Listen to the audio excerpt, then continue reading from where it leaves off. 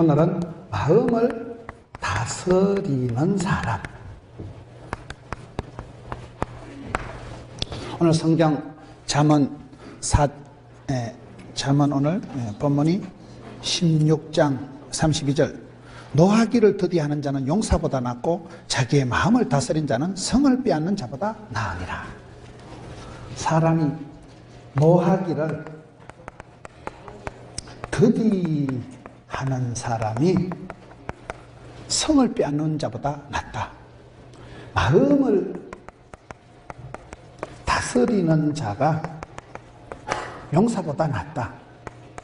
성을 빼앗는 자보다 성을 빼앗는 자보다 낫다. 사실은 우리가 참 마음을 잘 관리를 못합니다. 누가 자기 감정을 잘 컨트롤을 할 수 있을까요? 불가능한 얘기라고 봐요. 사람들이 정서장애인이다 이 얘기합니다. 성질내고 울컥 벌컥 왈칵은 잘하는데 성질을, 진노를, 분노를 더디하는 자, 컨트롤을 하는 사람이 용사보다 낫고 성을 빼앗는 것보다 낫다. 누가 마음을 다스릴 수 있을까요? 이게 너무나 어렵다고 봐요. 내 마음 나도 몰라. 내 마음 나도 싫어요. 변덕이 죽을 듯 하는 게 사람 마음. 사람이 감정적이다 이러거든요. 한국 사람은 감정 상하면 수 털리면 천당도 안 간다는 거예요. 니 나가라. 우리가 아주 감정적인데 그 감정을, 분노를 컨트롤을 잘 못합니다. 왜 못할까요? 예레미야 성경에 보면, 예레미야 17장 9절에 보면 만물보다 거짓되고 심히 부패한 것은 마음이다. 만물보다 거짓되고 심히 부패한 것이 사람의 마음이에요. 예레미야 17장 9절의 말씀. 사람의 마음은 원래 하나님께서는 이쁘게 순하게 참하게 만들어놨어요. 여러분, 사람이 쏘가지가 좋다. 쏘가지 알아요? 쏘아지. 우리가 강아지를, 개의 새끼를 강아지라 하고 소 새끼를 송아지라고 해요. 마음의 과 오리지널, 마음의 고를 쏘가지라고 해요. 쏘가지. 마음의 바탕이라는 것이, 여러분 어린 애기들도 엄마 찍지를 물어뜯는다거나, 사람 마음이라는 게 힘이 부패하고 거짓되다. 내 마음 나도 몰라요. 마음이 여러분 잘 변해요. 그래서 우리가 믿을 수 없는 게 사람 마음입니다. 10길 물속은 알아도 사람 쏘가지를 몰라요. 그래서 어떻게 우리가 마음을 다스리며 살아갈 수 있을까요? 다 마음먹기 나름이라 하잖아요. 그래서 마음을 다스리는 자가 성을 빼앗는 자보다, 마음의 분노를, 진노를 컨트롤할 수 있는 자는 용사보다 낫다는 이 잠언의 말씀이 참 대단히 어렵다는, 오늘 마음에 대해서 함께 마음을 코칭하라, 마음을 단련하라, 마음을 챙기라, 그런 마음에 대해서 우리가 좀 생각을 해보려고 합니다. 우리가 마음을 어떻게 해야 될까요? 제가 볼 땐 첫째, 따라합시다. 마음의 벽을 넘자. 마음의 벽을 뛰어넘어야 돼요. 마음의 한계를 뛰어넘어야 돼요. 이게 저는 첫째 중요하다고 봐요. 자꾸 우리 마음이 낙심되고 위축되고 오그라들고 불안하고 마음이 자꾸 약해지기가 쉬워요. 그래서 마음을, 벽을, 한계를 뛰어넘어야 돼요. 저는 그게 첫 번째 중요하다고 봐요. 시편에 보면 네 입을 넓게 열라 내가 채우리라. 마음의 이 넓이가, 깊이가, 높이가 있는데, 저는 옛날에 88 올림픽 할 때 손에 손잡고 벽을 넘어 산을 넘어 5대양 6대조로 뻗어나가. 앞으로 지구는 둥 거니까 자꾸 걸어 나가면 하여튼 뭐 그래 되겠죠. 벽을 넘어서 자기 한계를 뛰어넘어야 돼. 마음의 장벽이 뭘까요? 우리가 살아가면서 미운 거, 좋은 거, 섭섭한 거, 아쉬운 거, 이런 게 많다 이 말이에요. 사람이 미운 털이 박히면 이게 그냥 꼴도 보기 싫은 거예요. 사람이 좋으면 꺾어가는 거예요. 섭섭하다. 마음이 섭섭하면 그게 시험 들었다고 봐야 돼요. 시어머니를 향해서 며느리를 향해서 네가 좀 섭하다이 그러면 제가 볼 때 이미 시험이 들었다고 봐요. 사람은 마음에 스트레스 제로 포인트로 만들어요. 섭섭할 것도 없고 아쉬울 것도 없고 후회될 것도 없고 마음이 물처럼 이렇게 담담해야 되는데 우리 마음이 자꾸 울컥 벌컥 왈칵 출렁하는 게 문제다 말이에요. 마음이 컨트롤이 안 되는 거예요. 마음이 안정이 안 되는 거예요. 그래서 마음의 한계를 뛰어넘어야 돼요. 내 스스로 마음의 장벽을 많이 쌓아둔다고 보는 거예요. 어떻게 그렇게 희노애락이 선명한지, 어떻게 그렇게 좋고 나쁜 게 많은지, 내 스스로 좋은 사람, 나쁜 사람, 내 마음속에 벽을 칸칸이 빗장을 걸어 쳐놓고 내가 사람을 미워하고 판단하고 거기서부터 사람이 고독해지는 거예요. 군중 속의 고독이에요. 사람은 많은데 사람이 없어요. 마음 편한 사람이 없는 거예요. 이심전심, 마음이 통하는 사람이 없는 거예요. 그렇잖아요.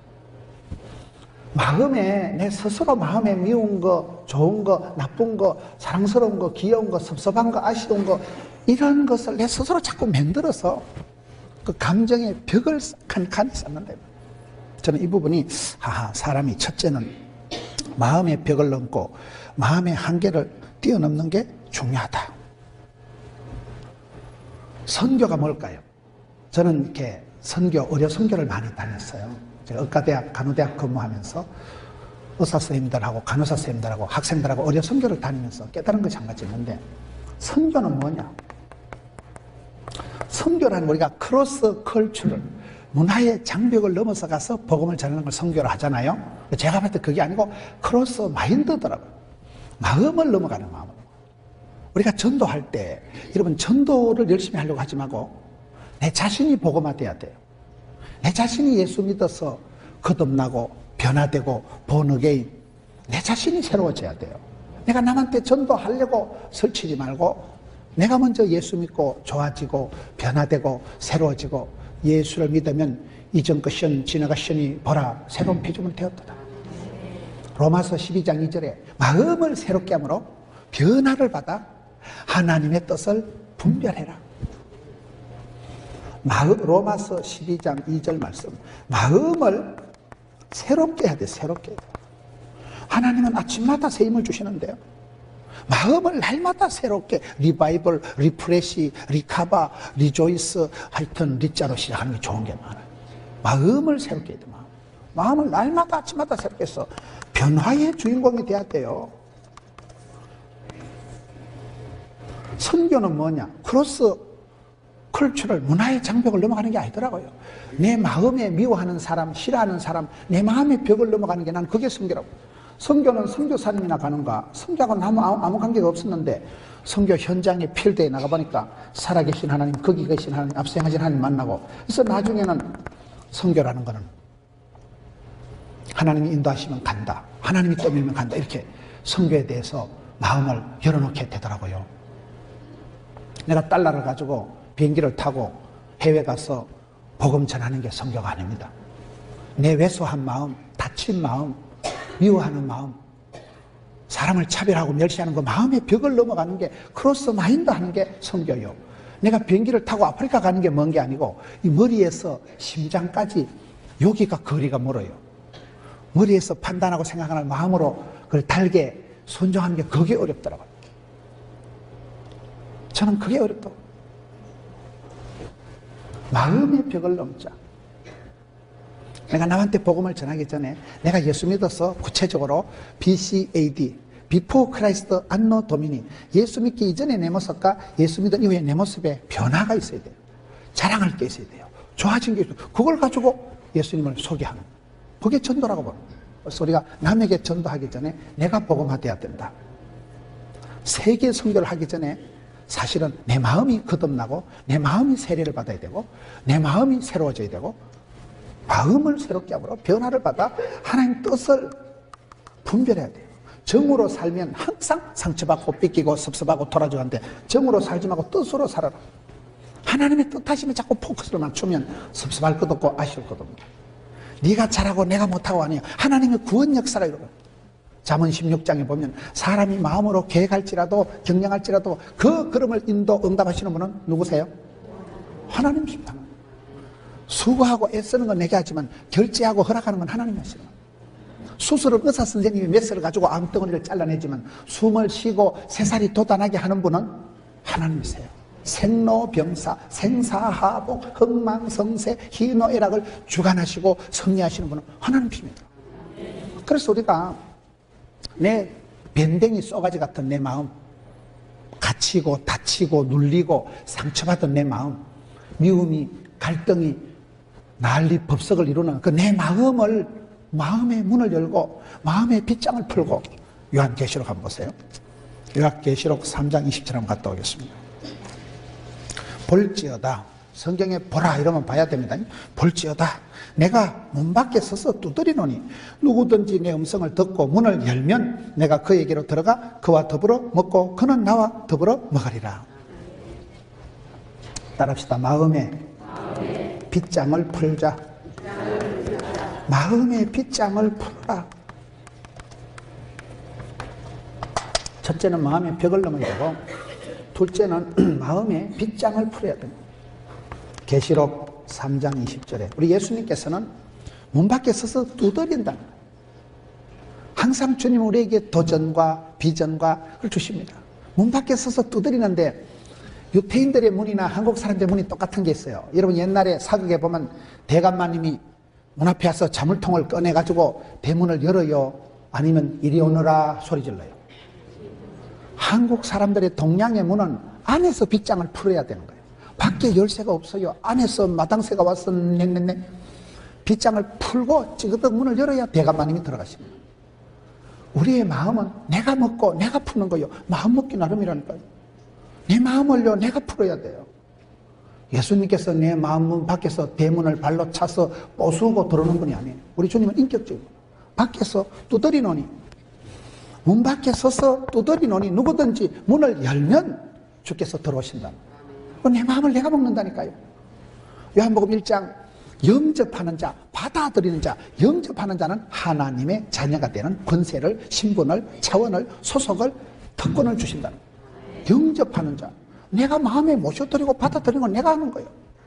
마음의 빗장은 안에서 풀고 채우고 하는 거라니까요.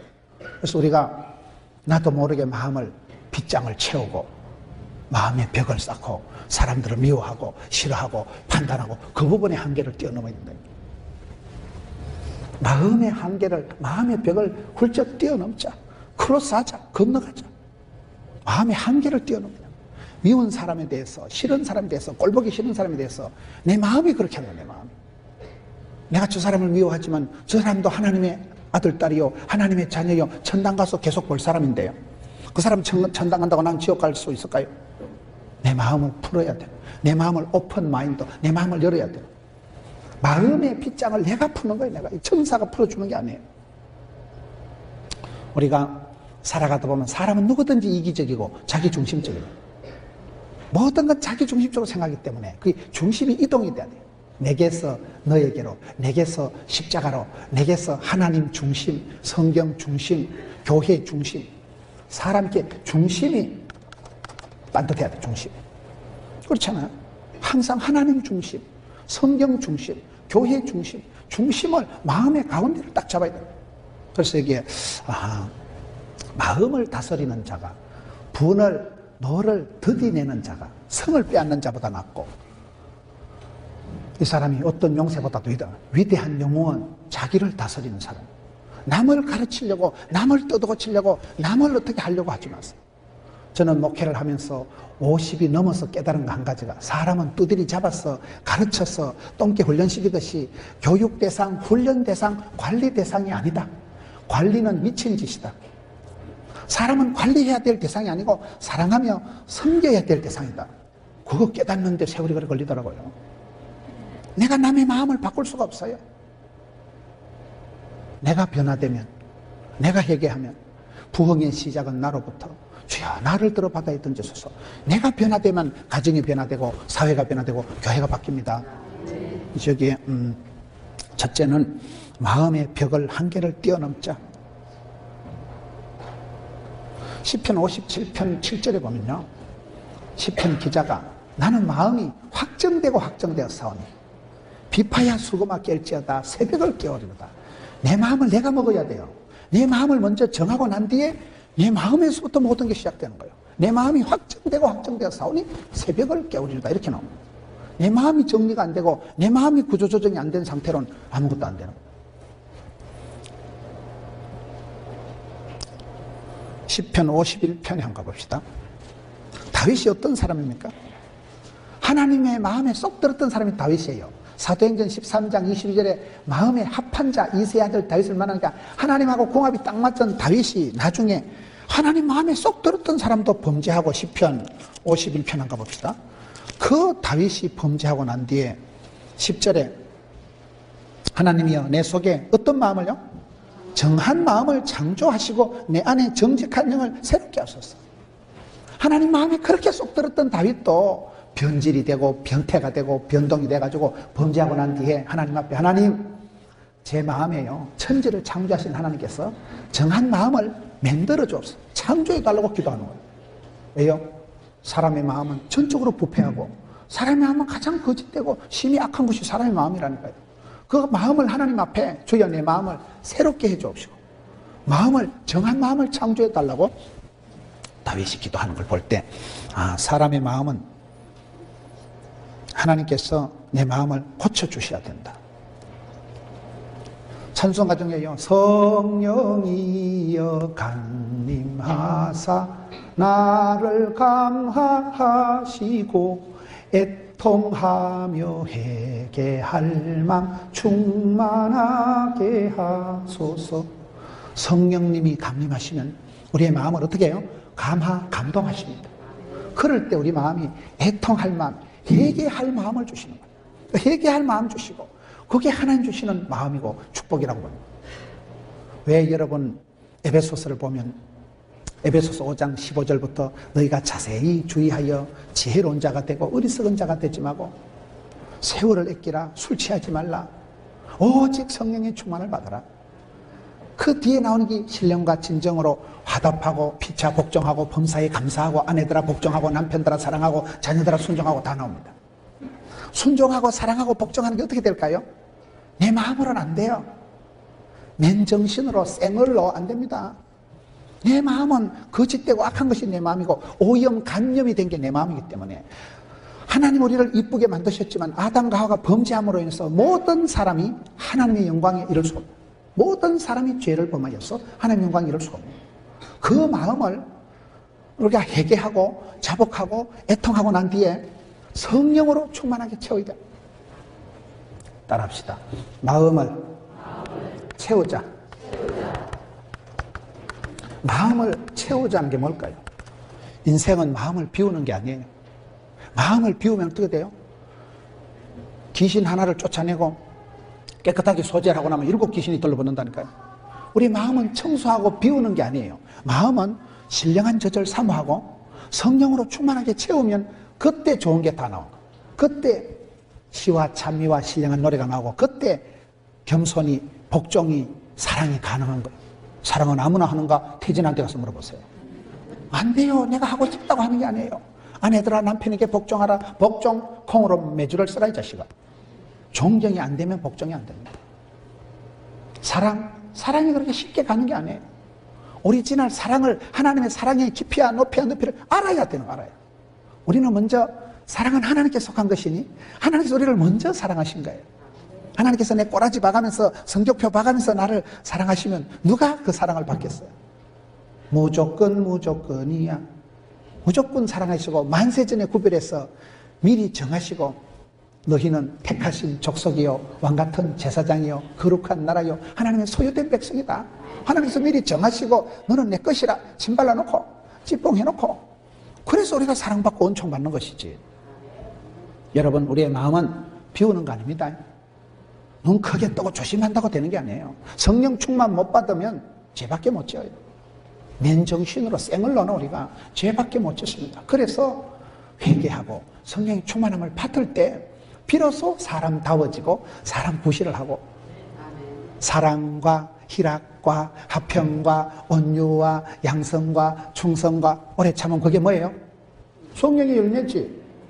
성령의 열매가 나타나요.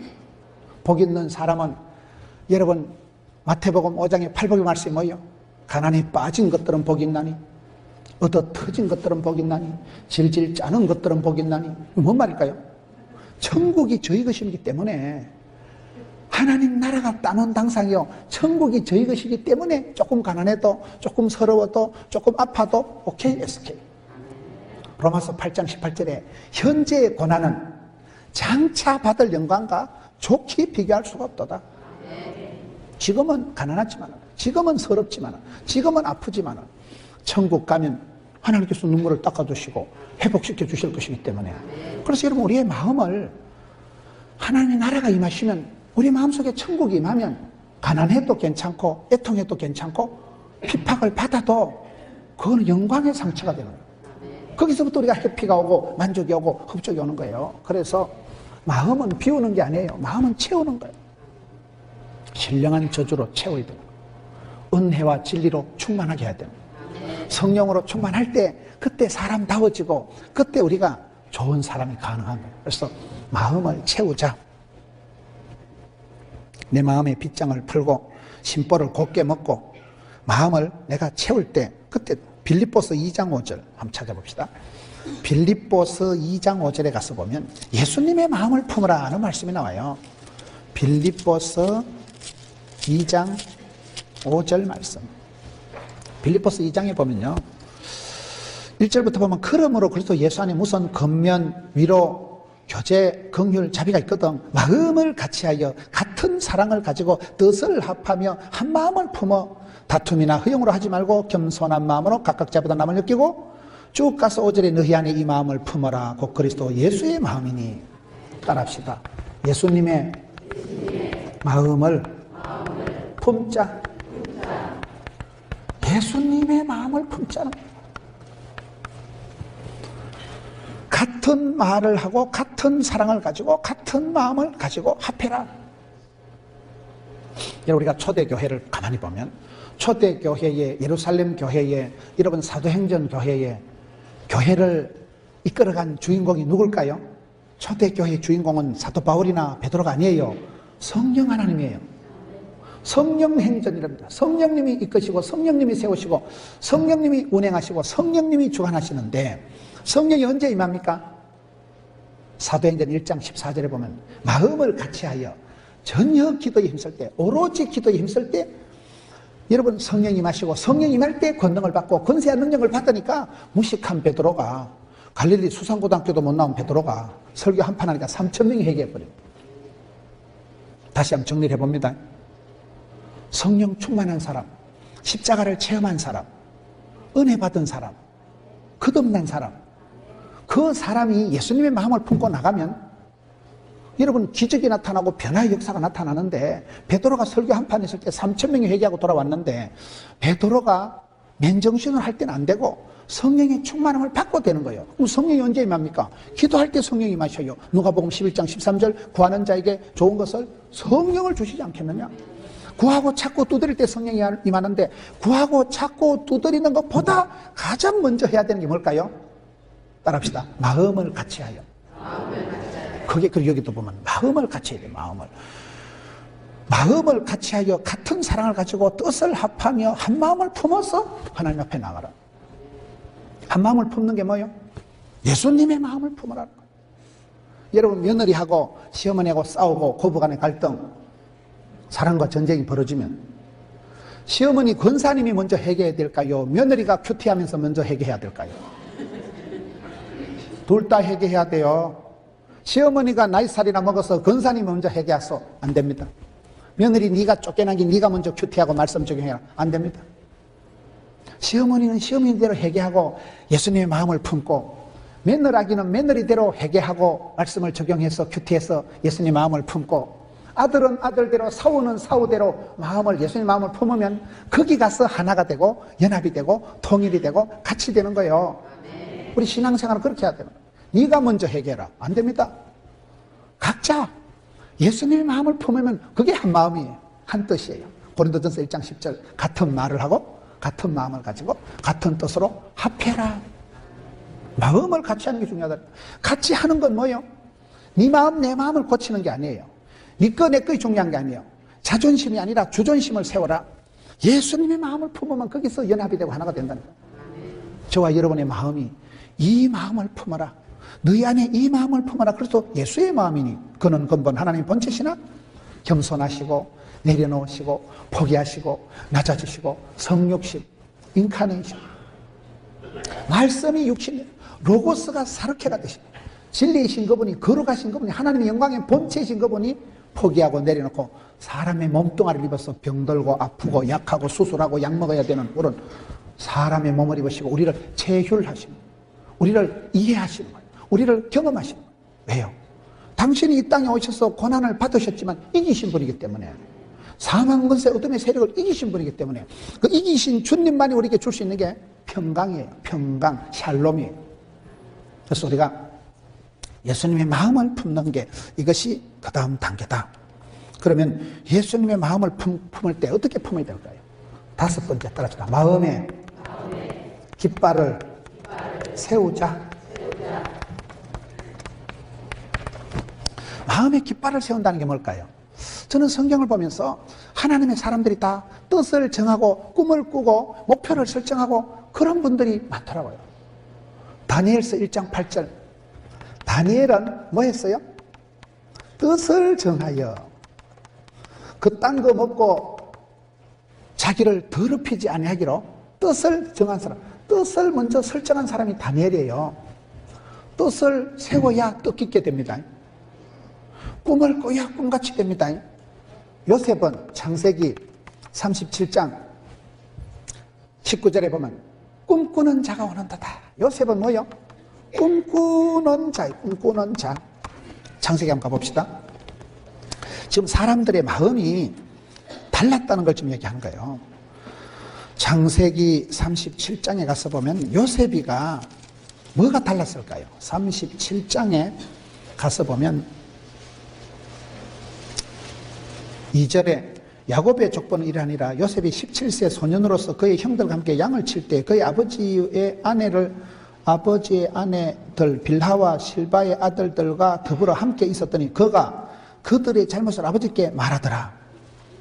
저는 이 부분이 요셉이가 고자질이나 해먹는 그런 이기적인 아이가 아니고 형님들의 과실, 그게 성경의 32장 2절에 보면 형님들의 잘못, 그렇게는 안 산다 이거예요. 다니엘이 뜻을 정해서 자기를 더럽히지 아니하기로 뜻을 설정한 것처럼 요셉은 막가파처럼 그렇게 안 산다. 수박서리 해먹고 닭서리 해먹고 사기치고 그렇게 훔쳐서 그렇게 얼렁뚱땅 막가파같이 그렇게는 안 산다. 형님들이 잘못할 때 동조하고 같이 지내는 게 아니고 내는 그렇게는 안 삽니다. 아빠한테 일러 바친 거예요. 이게 고자질을 하는 게 아니고 구별되다는 거예요. 이게 다르다는 거예요, 사람이. 그래서 미움을 받았지만은 왕따 당하는 걸 두려워하지 않아요. 남들이 그름지고 장에 간다고 같이 따라가는 게 아니고 내는 그렇게는 안 삽니다. 잘못, 성경에 보면 잘못, 옛날 성경 과실, 잘못되는 길을 왜 동조를 하고 같이 가냐 이 말이에요. 난 그렇게는 안 산다고 뜻을 정하고, 그리고 37장 19절에 서로 이르되 꿈꾸는 자거든. 요셉은 꿈제예요, 꿈제. 뜻을 정해야 뜻깊게 됩니다. 꿈을 꾸야 꿈 같은 일이 이루어집니다. 모세는 성경에 보면요, 히브리서 11장 믿음의 영웅들을 볼 때 모세는 바로의 공주의 아들의 칭함을 거절했다는 사람. 모세는 거절한 사람, 좋은 것을, 기득권을 포기한 사람. 바로의 공주의 아들의 칭함을 거절하고 동포들하고 이스라엘 백성한테 고난받는 걸 더 즐거워한 사람. 이건 선택하는 거예요. 여러분, 우리가 마음의 깃발을 세워야 되는데 미국에 성공한 사람들, 갑부들을 조사해 보니까 세 가지 특징이 있다. 선명한 뜻을 정하고 생생한 꿈을 꾸고 원대한 계획을 세우고 그것을 이루기 위해서 피나는 노력을 해서 연습을 해서 체질이 되고 팔자가 되도록 피나는 연습을 훈련을 하고, 세 번째는 냉정한 평가를, 자료를 가지고 냉정한 평가를 할 때 정반합에 의해서 계속해서 이게 발전이 성공이 된다는 거예요.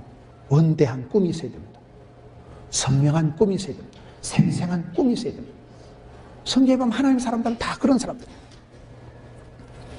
이사야 26장 3절에 주께서 심지가 견고한 자를 평강하고 평강하도록 지키시리니 이는 그가 주를 신뢰함이니이다.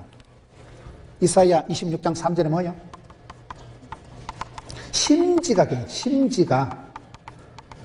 심지가 견고한 자를 하나님이 고요한 가운데 평안한 가운데로 인도하신다. 내가 먼저 뜻을 정해야 된다니까요. 내 마음이 갈 바를 알지 못하고 내 마음이 산만하면 안 돼요. 내 마음을 내가 추스리고 내가 마음을 정해야 되는 거예요. 뜻을 정하고 꿈을 꾸고 심지가 견고한 자를 평강으로 인도하신다. 민수기 14장 24절 한번 가보겠습니다. 그러나 내 종 갈렙은 그 마음이 그들과 달라서 나를 온전히 따랐은즉 그가 갔던 땅으로 내가 그를 인도하여 드리니 그의 자손이 그 땅을 차지하리라. 민수기 14장에 갈렙이 뭐가 달랐어요? 마음이 너희들하고는 다르다. 너희들처럼 반신반의하고 의심이 충만하고 불평이 원망이 충만한 너희들하고는 다르다는 거예요. 여호수아는 마음이 그런 이스라엘 백성처럼 불평이나 하고 원망이나 하고 삐딱하게 생각하는 게 아니고 마음이 그들과 달라서 온전히 하나님을 따랐다는 거예요. 온전히. 하나님은 100점을 요구하신 하나님. 마음을 다하여 뜻을 다하여 주 너의 하나님을 사랑하라 이렇게 하시잖아요. 사람은 이게 마음을 자꾸 갈라붙이는 거예요. 377로 할까요? 287로 할까요? 우리는 텔레비전도 사랑하고 강아지도 사랑하고 우리는 사랑하는 게 너무 많아서 탈이에요. 하나님은 질투하십니다. 하나를 원하는. 갈렙이 달랐던 것은 너희들처럼 불평이나 하고 원망이나 하고 의심이나 하는 존재가 아니고 너희들하고 마음이 달라서 온전히 하나님을 쫓았다는 거예요. 이해가 되십니까? 마음이 컬러가 마음의 각도가 다른 거예요. 12정탐꾼이 가나안 땅을 정탐하고 와서 보고할 때 보세요. 10정탐꾼이 보고할 때 여러분 10정탐꾼이 보고를 엉터리를 했을까요? 갈렙과 여호수아가 엉터리를 했을까요?